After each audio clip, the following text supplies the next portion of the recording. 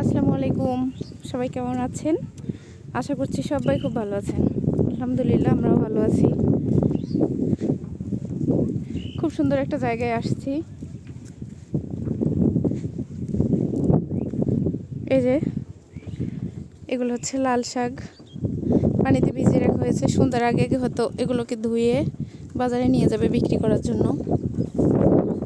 এই যেভাবে করে নিয়ে আসতেছে মাথায়।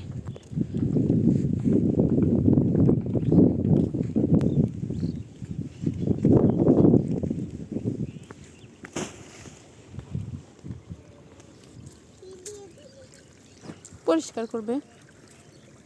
চলো একটা দৌড় মারো।